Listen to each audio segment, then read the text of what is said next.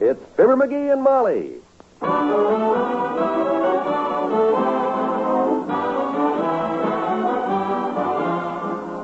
Every weekday at this time, NBC brings you the Fibber, McGee, and Molly program. Transcribed, written by Phil Leslie, and directed by Max Hutto.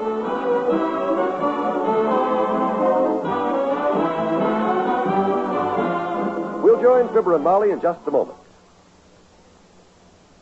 For a long time, farmers, professional people, and self-employed folks had their own systems for saving money regularly.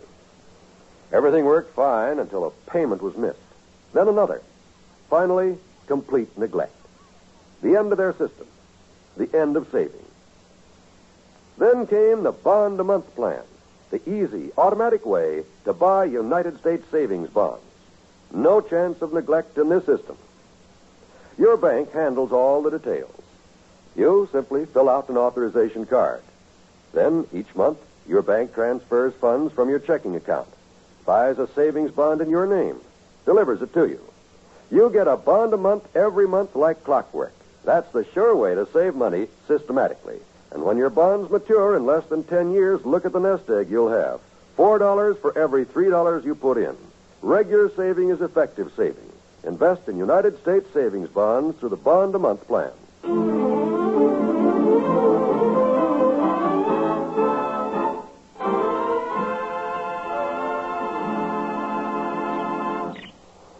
Listen to that little parakeet chirp, will you, Molly? Oh, he's so cute. Hi, baby. How you doing? Doing fine, he said. He's such a happy little thing. And why not? I'd be happy and carefree, too, if I had somebody rushing in to feed me every time I got hungry, fluttering around me all day to see if I was comfortable and covering me up at night so I wouldn't catch cold. Come to think of it, I have, haven't I? Yes, you have, dearie. And if you want a cuttle bone and some fresh gravel, I'll bring you that, too. No, thanks. I've had my gravel today.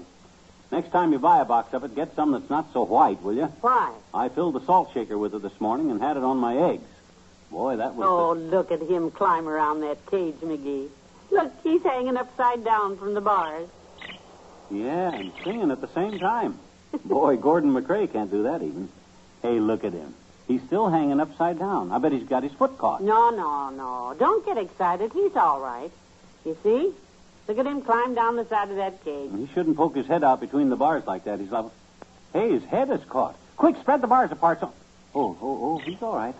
He does that all the time, McGee. Huh? My goodness, the way you worry about that bird. Well, I don't want anything to happen to him. One of these days, that parakeet is going to be the world's champion talker. Don't forget, I'm teaching him myself, you know. There was a straight line if I ever heard one. You betcha. I'm going to master him the English language one of these days. When I get through with him, he'll have a vocabulary like John Cameron Swayze. John Cameron who's he? Swayze, you know, that news commentator, the guy on the radio that gives you the facts behind the inside information, behind the story, behind the news. Oh, him. Mm-hmm. Have you seen today's paper? Right here. I'm looking at the fashion page. Oh. I want to see if they ever made up their minds about the new skirt length. Are they fooling with that thing again? All this silly hogwash. Just because some guy in Paris runs short of material one year, all the women throw out their entire wardrobe. Oh, here we go again. I seem to remember going through the same thing with you right after the new look come along. You're darn right. Why do women always have to follow the leader like a bunch of sheep going over? Saved by the bell. Come in. Well, Mr. Oldtimer. Hi, daughter. Hi there, Johnny. What you doing? Oh, hi, old-timer. We were just looking through the paper, and I was telling Molly here that... Say, look at that headline, kids. This means trouble. Big trouble. What headline is that? Right there on the front page. Says the government's going to try to cut down the size of Texas. If they think us Texans is going to hold still for nothing... No, that's not Texas. That's taxes. Taxes? Why, certainly. You know that stuff that every new administration always says the old administration has been collecting too much of. And if you'll vote for them, they'll see that you don't have to pay so much of because they can run the government on half of what the other guys wasted. What'd he say, daughter? I wish I knew. It's all right here in the paper. Don't you read the papers these days? Nope. Too hard on the nerves. I was reading where, Hey, you still got that little green buzzard, have you? That's a parakeet. You want to hear him talk, old-timer? Not especially, son. Why? Listen to him. Here, Buster. Talk to the old-timer. Hi, old-timer. Hi, old-timer. Hi, Johnny. I was just passing by. I thought I'd come in and say... Trying to get the bird to talk for you. Come on, Buster, talk to him. That little fella reminds me of my girlfriend, Bessie, son. Only just the opposite. What you mean? You can't get him to talk, and I can't get Bessie to shut up. She has her mouth open so much I forget what her face looks like. I says to her yesterday, Bessie, I says, oh, hey, I almost forgot what I come here for, daughter. Telegram. I brung it to you. A telegram? Gee whiz. I wonder who... Well, open it up, Molly, quick. No hurry, kid. It ain't urgent. Who's it from? Why, it's from Aunt Sarah. Yep. That skin-fisted old tight flint. What does she want? Let me see. Just bought a new house. She wants me to come visit her. For a few days. And bring you. Let her know when you're coming. Well, dear old rich Aunt Sarah, my favorite aunt. Hey, wait a minute. How'd you happen to know what was in that sealed telegram, old-timer? Yes, I'm a little surprised at you, Mr. Old-Timer. Don't tell me you held this up to the light and read it on the way over here. Who, me? Well, me hold up a telegram to the light and try to read the writing? Oh, not me, daughter. Well, I didn't think you'd do a thing like that. My eyes are too bad. I have to steam them open.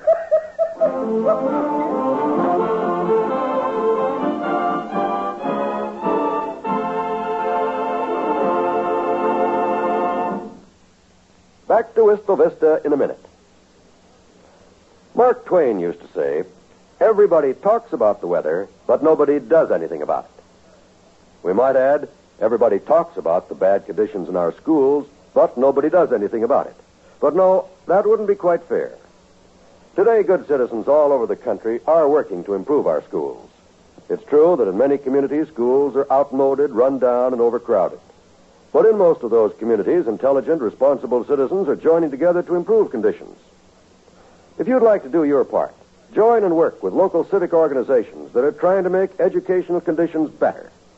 If you'd like to know what other communities are doing to improve their schools, just write the National Citizens Commission for Public Schools, 2 West 45th Street, New York 36.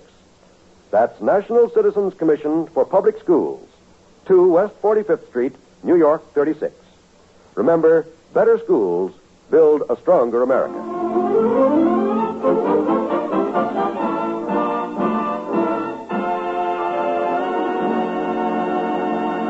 Isn't it nice of Aunt Sarah to invite us for a visit?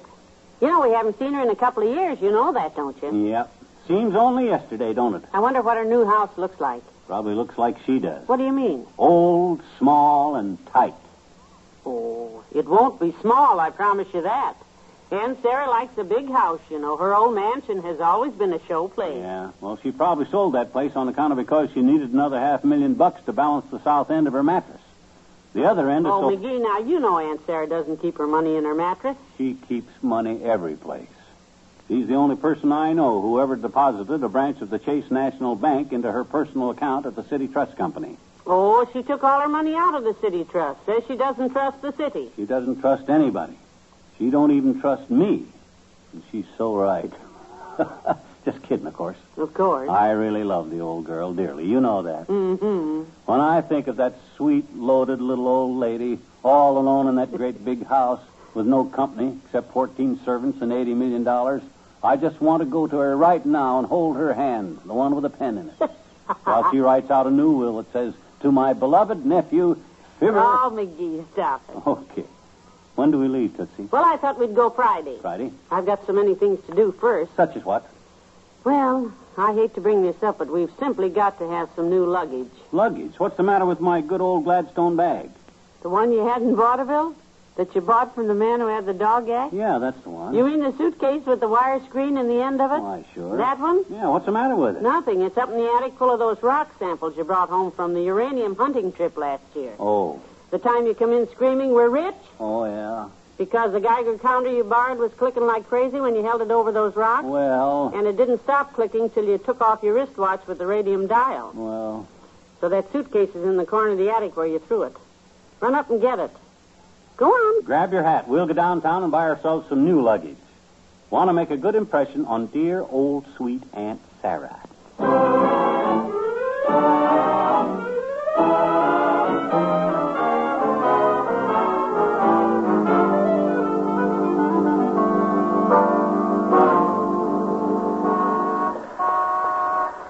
what a nice-looking shop. Yeah, they just been open a couple of weeks. Brand new. Why don't you go in? Boy, they sure got some good-looking bags here. Mm-hmm. I hope the prices aren't too high. Good afternoon, sir, and madam. How do you do, sir? Hi, Bud. I'd like to look at some luggage. You came to the right place, sir. Well, I figured the right place to buy luggage was a luggage shop. We're taking a trip, To visit my rich aunt. and my old suitcase won't do. Why, what's the matter with the old bag, sir? Oh, she's just lonesome, I guess. She wired us. No, McGee. He means your old Gladstone. Oh. It's worn out, sir. What do you have in the way of nice luggage? Anything your little heart desires, madam. How about a nice overnight bag? No, we may be gone a week, Bud. You got a nice over a week bag? Here's a very handsome number here. Yes, indeed, sir. Just look at that. Genuine imitation alligator. Doesn't look like alligator to me. No bumps. It doesn't look like alligator, but listen. Doesn't that sound like alligator? I'm afraid that'd make me nervous. A bag that snapped at me every time Only $49.50. Wow, that makes me nervous, too. Well, now, how about this beautiful set of matched bags? This is genuine saddle leather. No, Bud, we want to carry them, not ride them. Oh, this is a great buy, sir. Only $99.50 for the pair. $99.50. Holy smokes, what are them bags full of? $20 bills? I see I'm going to have trouble with him. Take a look over here, sir. Just look at this beautiful cowhide number. Pretty all right. Cowhide, is it? Sit on it, madam. Go ahead. Sit right on it, just like you'd put your winter coat in there as an afterthought, and we're trying to get it closed. Well, should I? Here, I'll sit on it. Let me. That's it. Sit right down, sir, and... Heavenly days. Get up out of there, McGee. My gosh. Real cowhide, huh? Not only that, sir, but this bag comes with a 10-gallon hat and a pair of spurs. Oh. We brand your initials on the side of it, and I guarantee, sir, you'll be mistaken for a visiting cattleman any place you go. Except, of course, in cattle country. Boy, that ought to impress people, Molly. Well, how much, Bud? Only $150, sir, including the hat and spurs. Oh, what he said. We just sold Dr. George Gamble a set like this yesterday.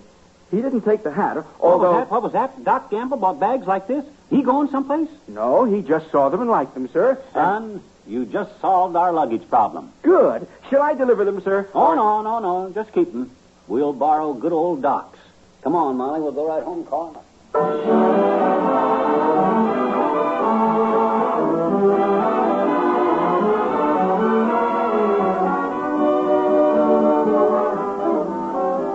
Fibber and Molly will be right back. When it's entertainment you're after, you'll find the very best on this station of the NBC radio network.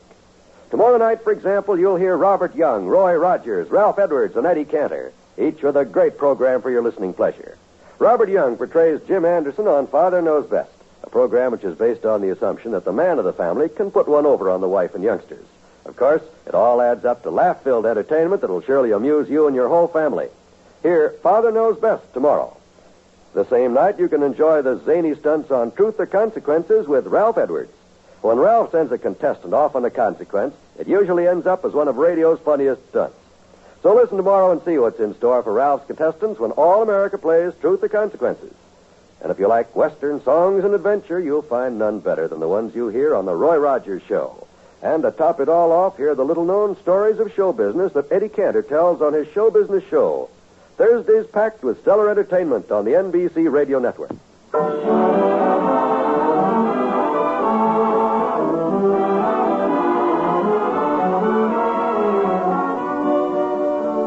Did you talk to Dr. Gamble, McGee, and what did he say? Well, we got cut off. I'll try him again tomorrow. Oh. Good night. Good night, all.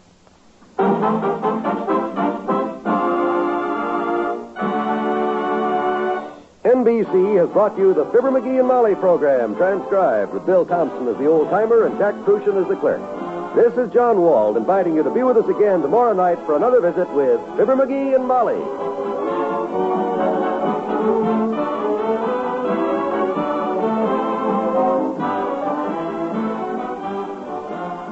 Now laugh with Can You Top This on the NBC Radio Network.